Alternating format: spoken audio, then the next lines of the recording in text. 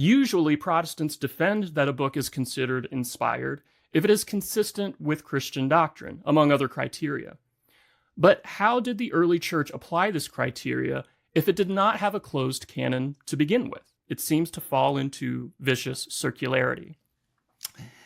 Thank you, Raul, for this question. And I would refer you to Volume 1 of my Systematic Philosophical Theology, which has a chapter on Holy Scripture that includes a discussion of the canon.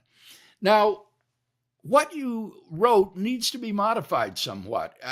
In fact, there was no time at which the church lacked a canon of inspired scriptures, for they had the Old Testament, which at the time of Jesus was regarded as inspired and authoritative, and therefore served as a canon for the early church prior to the canonization of various New Testament books.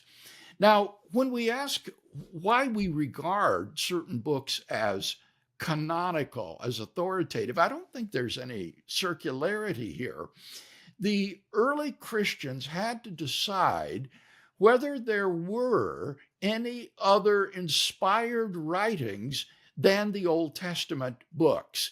And very early on, it was decided that the apostolic writings had the same sort of authority as Old Testament scripture, because Jesus had invested the apostles with just that sort of authority.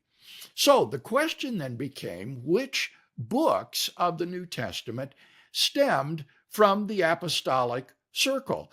And on this basis, I think that the church was able to determine correctly most of the New Testament canon, which included the four Gospels and Acts and the epistles of Paul.